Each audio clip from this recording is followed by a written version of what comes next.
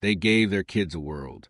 But only years later did they understand what their children lost along the way. This is the story of an adventure that changed everything, just not in the ways David and Jennifer had promised it would. The guilt didn't arrive in one moment. It accumulated slowly, in small silences and questions their kids stopped asking.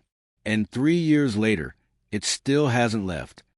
If you appreciate honest perspectives on bold decisions, ones that don't promise miracles or easy answers, subscribe to see where this story actually goes. David and Jennifer Morrison weren't failing by any conventional measure. They had a 3-bedroom house in a decent Seattle suburb. David worked as an IT project manager, making $98,000 a year. Jennifer taught 4th grade for $67,000. 2 kids, Ethan, 10, and Sophie, 7. Health insurance, retirement accounts. The entire architecture of a stable American middle-class life. But stability felt like suffocation. David spent 11 hours a day between commuting and sitting in meetings about meetings. Jennifer graded papers until 10 p.m. most nights, fell asleep exhausted, woke at 5:45 a.m. to do it again. Ethan was in 4th grade, already complaining about homework. Sophie was in 1st, already losing her natural curiosity under standardized testing prep. Weekends meant soccer practice, birthday parties, grocery runs. The Morrisons were living the life they'd been told to want. They just couldn't remember why they'd wanted it. The breaking point came on a Tuesday in February 2019. Ethan's teacher called to say he was acting out, bored, distracted, not reaching his potential. The school counselor suggested testing for ADHD. Jennifer sat in that meeting and felt something crack inside her. That night, she told David, "We're grinding our kids down the same way the system ground us down, and we're calling it responsible parenting." They started researching. YouTube channels of families living in Bali, Portugal, Mexico, teaching their kids through travel, blogs detailing monthly budgets. $3,200 in Costa Rica versus $6,800 in Seattle. Instagram accounts showing children snorkeling, hiking volcanoes, speaking Spanish, learning from the world itself. The narrative was seductive. Trade the rat race for adventure. Trade standardized tests for real education.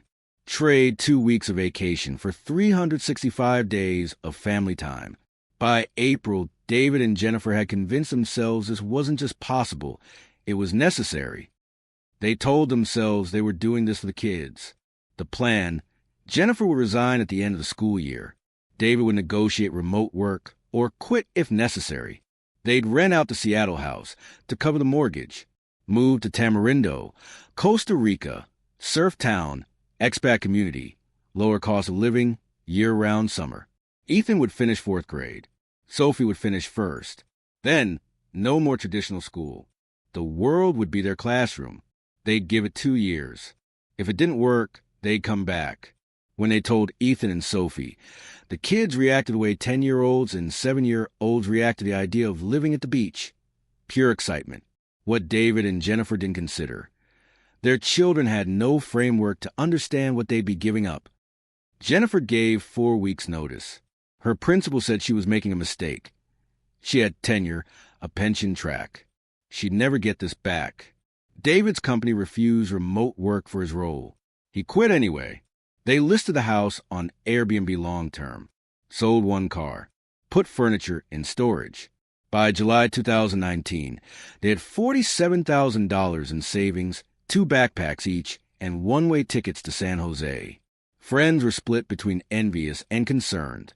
Jennifer's mother cried, said they were being irresponsible. David's father said nothing, which somehow felt worse. But David and Jennifer felt more alive than they had in a decade. They were saving their family. On July 18, 2019, the Morrison family left everything familiar. Ethan was 10. Sophie was 7. What David and Jennifer saw, an adventure beginning. What they didn't see, the last time their children would feel truly rooted anywhere.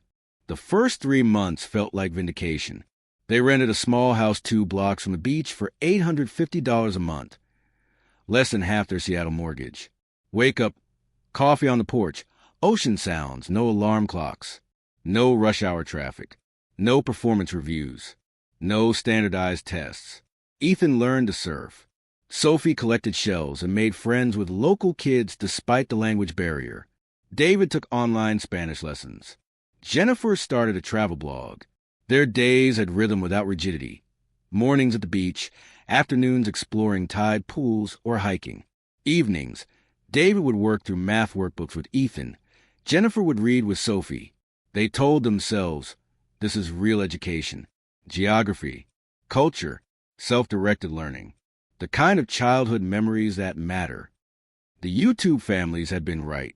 Costa Rica cost them $2,800 a month total. Rent, food, activities, everything. In Seattle, they'd spent $6,400. They were saving $3,600 monthly while living in paradise. Jennifer's blog got 2,000 followers in 2 months. Comments poured in. You're living our dream. So brave. Your kids are so lucky. David's LinkedIn Connections message. How did you do it? Even Jennifer's mother softened on a video call when Sophie, tan and confident, explained tide pools in detail. For those first months, the Morrisons felt like they'd hacked life. They'd escaped the Matrix. And then the school year started back in Seattle. In September, Ethan's friends back home started 5th grade. His best friend since kindergarten, Marcus, sent him photos. Their classroom, the new teacher, the soccer team. Messages came. Wish you were here, man. It's weird without you. Ethan asked Jennifer, when we going back? She reminded him gently, we're not going back. Honey, this is our life now. Isn't it amazing? Ethan said, yeah, but his face said something else. Sophie, at 7, adapted easier. She was young enough that Seattle was already becoming hazy. But she started asking when she'd see her teacher again, when they'd visit Grandma. Soon, Jennifer said, though they had no trips planned. The budget was tight. David noticed it too, a subtle shift in the kids' energy. But he pushed it aside. They just needed more time to adjust. The homeschooling reality was harder than the blogs had suggested. David wasn't a teacher. He was a project manager trying to teach 5th grade math and 4th grade science using workbooks he'd bought on Amazon. Ethan resisted.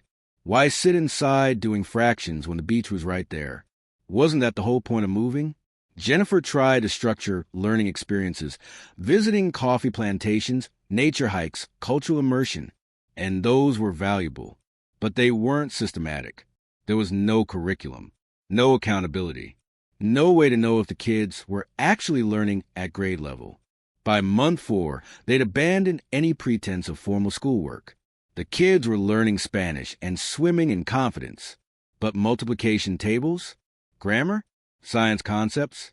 Jennifer started to worry. David told her to relax. They're learning more about real life than they ever would in classroom. But late at night, she'd Google, how far behind will homeschool kids be? Can children catch up academically? Unschooling success rates. The answers were mixed. By December, the adventure had become routine. Beach in the morning, lunch, aimless afternoon, dinner, bed. The other expat families they'd met were lovely but transient, always arriving or leaving. No deep friendships formed. Ethan and Sophie played with local kids sometimes, but the language barrier limited real connection. And local kids went to school. They had homework, schedules, commitments. The Morrison kids, they had freedom, unstructured, unanchored, unlimited freedom. Jennifer started to wonder, is this actually better? Or had they just traded one kind of emptiness for another? On Christmas Day 2019, they video called family back home. Everyone was together, grandparents, cousins, the chaos of a big family gathering. Ethan watched his friends post photos, sledding, holiday parties, traditions. After the call, he said to Jennifer, I miss real Christmas. She didn't know what to say, because he was right. This wasn't real Christmas. It was 85 degrees, and they bought a small plastic tree. David said, we'll start our own traditions, but traditions require roots. And the Morrisons were living like plants in water, alive, but not growing in soil. By January 2020, David and Jennifer faced a choice. They'd said 2 years. They were 6 months in.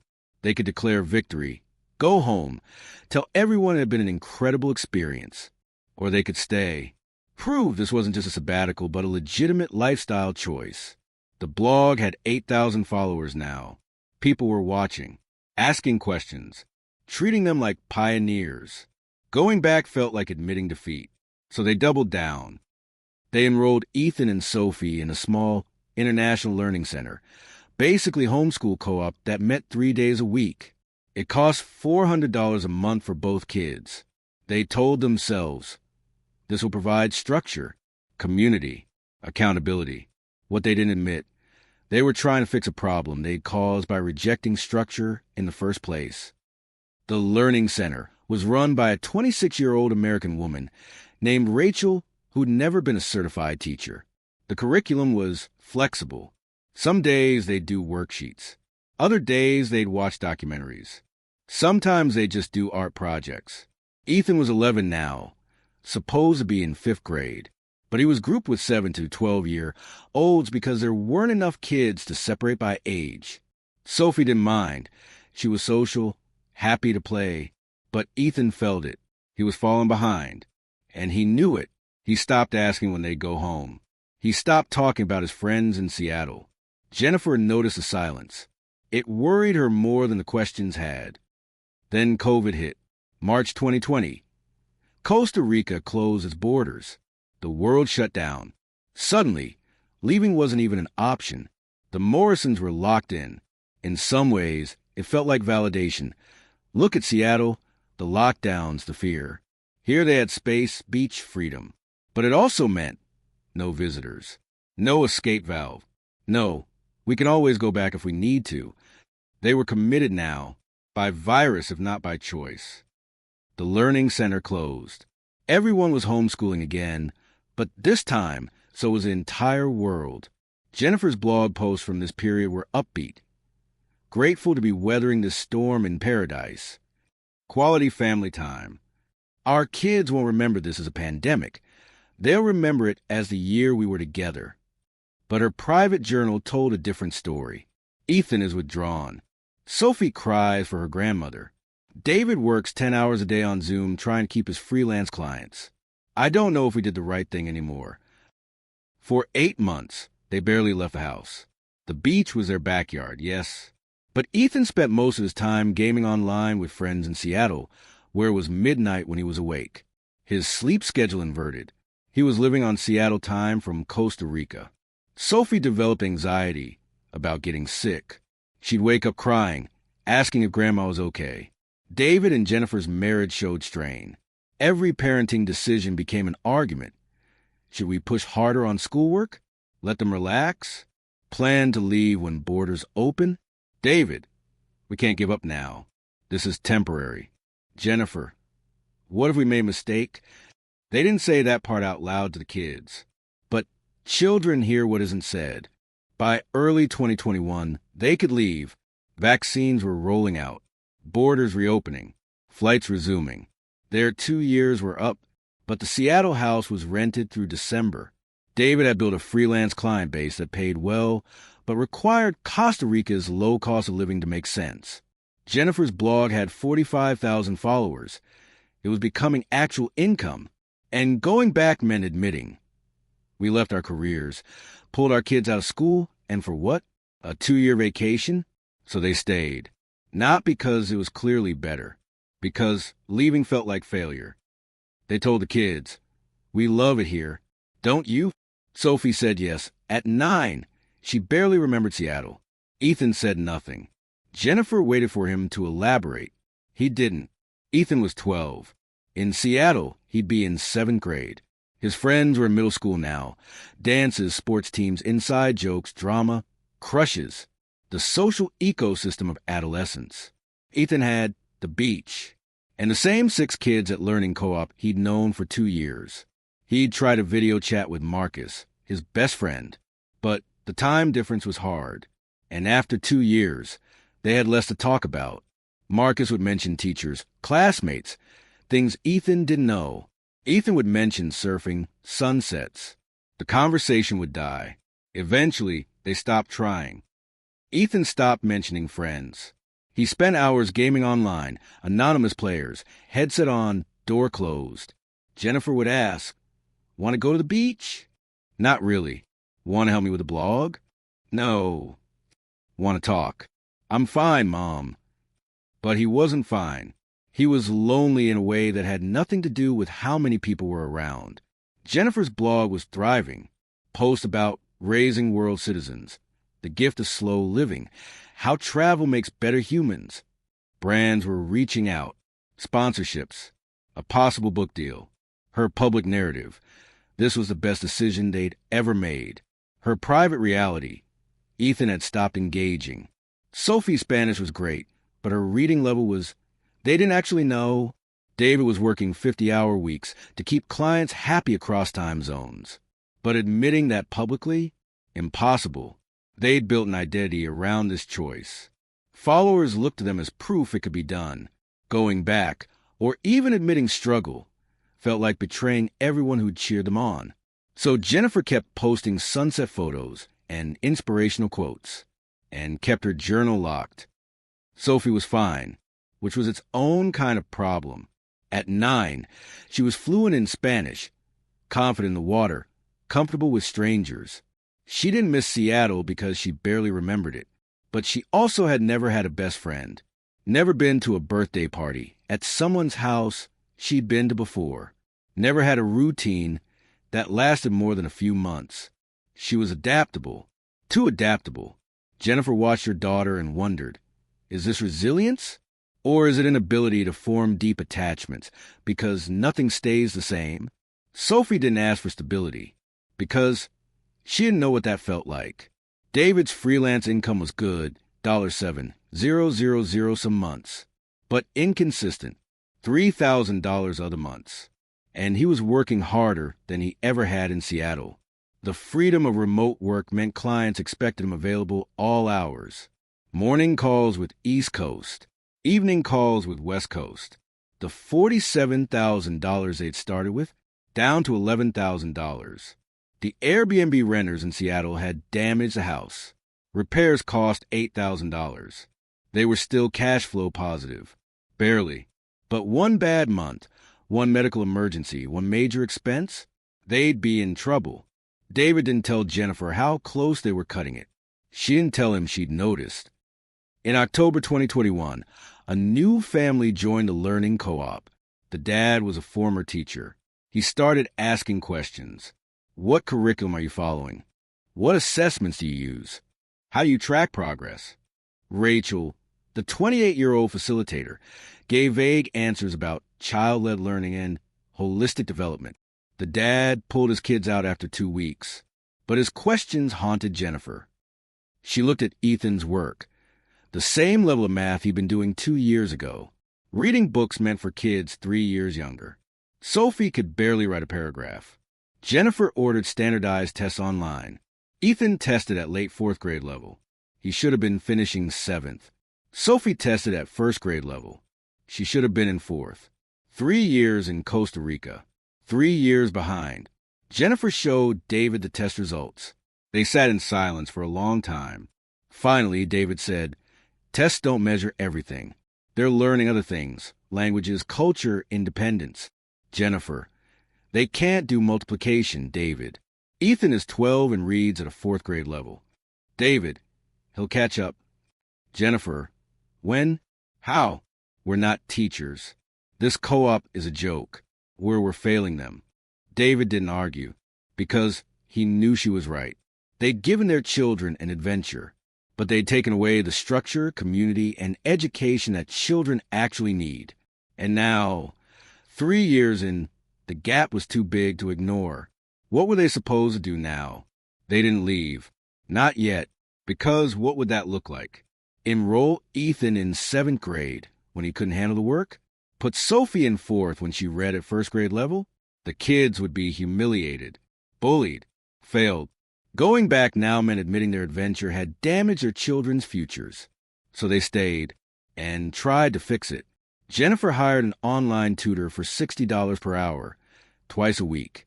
David spent evenings drilling multiplication tables. They pushed harder on structure, schedules, actual schoolwork. Ethan resented it. I thought we moved here to get away from this. Jennifer wanted to scream. We moved here because we were idiots. She said, we're trying to help you, honey. But the damage was done, and she knew it. By 2022, Costa Rica wasn't paradise. It was just where they lived. The beach was still beautiful, but they barely went. The adventure was over. What remained was daily life, laundry, groceries, work, makeshift school. Except their kids had no friends, no community, no future they could see. And David and Jennifer carried a weight that grew heavier every day. The knowledge that they'd made a choice for their children, and their children would pay the price. The breaking point came on an ordinary Tuesday in May 2022. Ethan was 13 now, about to be 8th grade age. Jennifer asked what he wanted for his birthday. He said, to go back. David, back where? Ethan, home. Seattle, real school, my actual life. Jennifer felt her stomach drop. David, this is your actual life, bud. This is better. Ethan cut him off. Better for who? You guys get to live your dream. You get to surf and work on a laptop and tell people how awesome you are on the blog. What do I get? Silence. I don't have friends. I don't have a school. I'm literally 3 years behind, and you know it. I can't even do the math kids my age do. When we go back, if we go back, I'm going to be the dumb kid, and it's your fault. Jennifer started crying. David said, that's not fair. Ethan, you didn't ask me. You asked me if I wanted to go to the beach for a year. You didn't ask if I wanted to give up my entire life. He left the table. David and Jennifer sat in the silence he left behind. That night, after the kids were asleep, Jennifer and David had the conversation they'd been avoiding for 2 years. Jennifer, he's right. David, he's a teenager. He's angry. Jennifer, he's right. David, we took him out of 5th grade, and now he can't do 8th grade work. We took Sophie out of 1st, and she can barely read. We destroyed their education because we were bored with our lives. David, that's not. We were trying to give them something better. Jennifer, better for us. We wanted the adventure. We wanted to escape. We told ourselves it was for them, but it was for us. David couldn't deny it anymore, because she was right. They'd framed it as saving their kids from grind, but really, they'd been saving themselves, and their kids had paid the price. Jennifer couldn't delete the blog, not because of the followers or the income, because deleting it would mean admitting publicly what she'd finally admitted privately. They'd made a terrible mistake, and 45,000 people had watched them make it. Some had made similar choices because of her posts. Some had quit jobs, pulled kids from school, moved abroad. What was she supposed to tell them now? Sorry, we ruined our kids' lives. Hope you didn't do the same. So she kept posting. Sunset photos, inspirational captions, lies. Jennifer walked the beach alone one morning. The same beach that felt like freedom 3 years ago. Now it just felt like the place where her kids lost their childhoods. She'd told herself they were giving Ethan and Sophie the world. But what they'd actually done, taken away their friends, taken away their education, taken away stability, community, belonging, given them beautiful sunsets and exotic experiences. Things children don't value the way adults do. Because children don't need adventure. They need roots. And the Morrisons have spent 3 years making sure their kids had none. David watched Ethan from the porch. His son was 13, playing a video game, headset on, door half closed. David remembered the 10-year-old who'd had a best friend, a soccer team, a place in the world. That kid was gone. Not because of puberty, because they'd taken him out of his life and dropped him into theirs. David had convinced himself he was being brave, rejecting the corporate grind, choosing family time, living intentionally. But he'd never asked, what do Ethan and Sophie actually need? He'd assumed what was good for him was good for them. He'd been wrong, and there was no fixing it, only living with it. In July 2022, they told the kids, we're going home. Sophie cried. Costa Rica was the only home she remembered. Ethan said nothing, just nodded. They'd been gone 3 years. Ethan would enter 8th grade at 13, testing at 5th grade level. Sophie would enter 5th at 10, reading at 2nd grade level. Both would need intensive tutoring, possibly grade retention. Both would be the new kids with no friends and strange gaps in their knowledge. The Seattle house needed work. The renters had left it damaged. David had no job lined up. Jennifer had resigned from teaching with tenure. She'd have to start over, if they'd even hire her back. They were returning with less money, no careers, and kids who were academically behind and socially isolated. The adventure had cost them everything, except each other, and even that felt fragile. The last days in Costa Rica were strange. Jennifer walked through their small house, remembering the hope they'd arrived with, the certainty they'd had. She believed they were saving their family. Now she was taking them back to repair the damage. Ethan packed his things silently. He'd wanted this. But now that it was happening, it felt scary. Seattle was a memory. He didn't know who he'd be there. Sophie didn't want to go. She cried every night. Costa Rica was home. Seattle was the place they visited Grandma once. David focused on logistics. Flights, shipping, repairs on the house. Easier than feeling.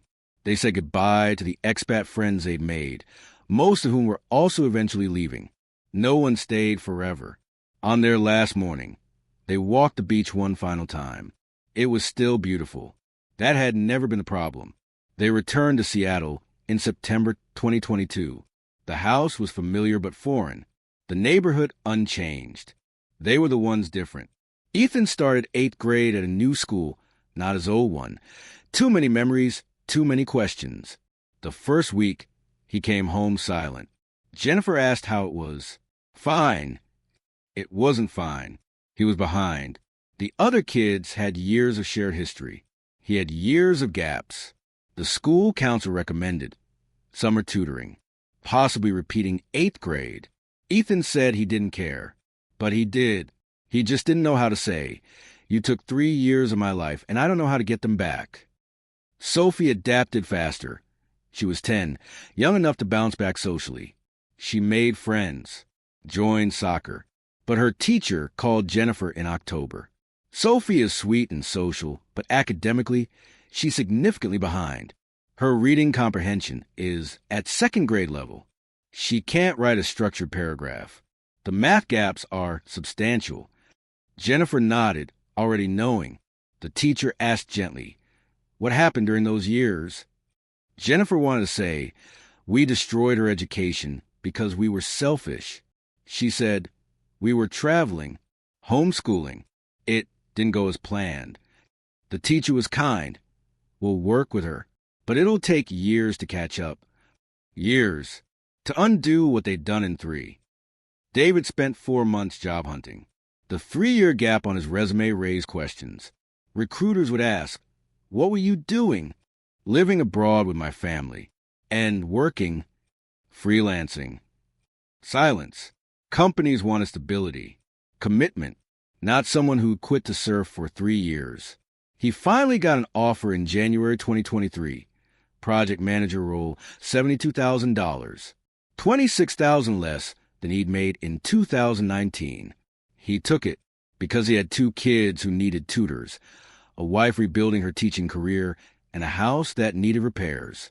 The adventure had set them back a decade financially. He didn't complain. This was what accountability looked like. Jennifer got rehired at her old district, not her old school, a different elementary. 3rd grade. Tenure was gone. She'd start over as a probationary teacher. Her first week back, she looked at her students.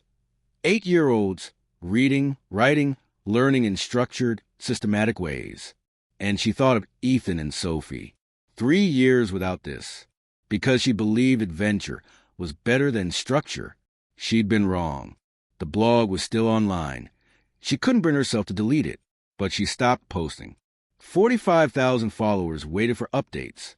She had nothing inspirational to say. October 2023, a year after returning. Ethan was 14, repeating 8th grade. It was humiliating, but his grades were improving.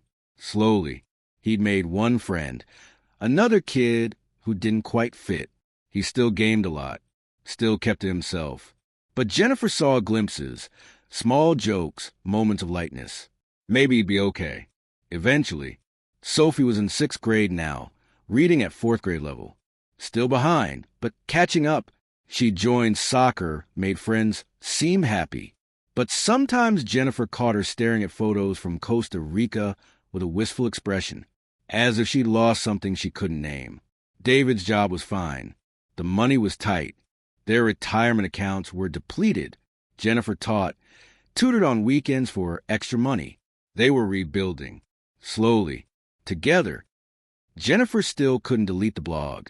Not because she was proud of it, because deleting it felt like erasing evidence of what they'd done. And she needed to remember, so she'd never convince herself to do something like that again. The guilt hadn't left. Ethan's struggles at school, her fault. Sophie's academic gaps, her fault. The financial hole, her fault. The years they couldn't get back, her fault. David carried it too. They both did. Not in anger at each other. Just weight. The weight of having made a choice for their children and having been wrong. Jennifer writes now, not for the blog, for herself, trying to understand what happened, what they believed. Children need adventure, freedom, experiences. The world as classroom, what they'd learned. Children need stability, community, structure. The boring, mundane architecture of a childhood that lets them become who they are. They'd given Ethan and Sophie beautiful sunsets. They'd taken away the ability to form deep friendships. They'd given them exotic experiences. They'd taken away 3 years of education. They'd given them freedom. They'd taken away roots. The trade hadn't been worth it. Not for the kids. Maybe for some families. It works. Shorter trips. Older kids. Better planning. Actual structured education. For the Morrisons, it had been a disaster dressed up as an adventure. And the worst part, they'd meant well. Every single day, they believed they were doing the right thing. Good intentions didn't undo the damage. Ethan would be okay. Probably, he'd catch up academically. Eventually, make friends, find his way. But he'd lost something he'd never get back. The years between 10 and 13. The friendships that form in that time. The sense of belonging somewhere. He'd never fully trust his parents' judgment again. He'd never believe them when they said, "This is what's best for you," because they'd said that before, and they'd been wrong. That wound wouldn't heal. It would scar, and he'd carry it. Sophie seemed fine, and maybe she would be, but the academic gaps would follow her. High school, college applications, standardized tests. The lack of deep, long-term friendships. She'd never known what that felt like. She was resilient. But resilience isn't the same as undamaged. Jennifer watched her daughter and wondered, would Sophie remember Costa Rica as a gift, or would she eventually realize what it had cost her? David and Jennifer's marriage survived. Barely. There had been months when it felt like it wouldn't, when every argument circled back to, whose idea was this? Who pushed harder? Eventually they stopped asking, because it didn't matter. They'd both chosen it. They both had to live with it. The romance of the adventure was gone. What remained? Two people tried to repair what they'd broken. Together. Because separating wouldn't undo the damage. It would just mean their kids lost something else. The Morrisons live in Seattle now. Same suburb they left. Different people. Ethan is 14, catching up slowly. Sophie is 11, resilient but behind. David works a job that pays less than before. Jennifer teaches again, starting over. They have stability, routine, community, the things they'd run from, the things their kids had needed all along. The guilt hasn't left. Jennifer doesn't think it ever will. Every parent-teacher conference, every time Ethan struggles with math, every missed opportunity because of academic gaps, the guilt sits there, quiet, permanent, a reminder that good intentions don't guarantee good outcomes. And that sometimes the leap doesn't save you. It just teaches you what you should have known before you jumped. That children don't need adventure. They need to be children. In one place. long enough to grow roots. The Morrisons gave their kids the world, but what their kids needed was a home. David and Jennifer pulled their kids from school for an adventure. They believed they were giving them a gift. They were wrong. The guilt never left. But they're still trying, still parenting, still paying the price for a choice they can't undo. Bold leaps don't always save us. Sometimes they teach us what we should have known, that stability isn't a prison. It's a foundation. If honest explorations like this resonate with you, subscribe and share with someone questioning their own next move.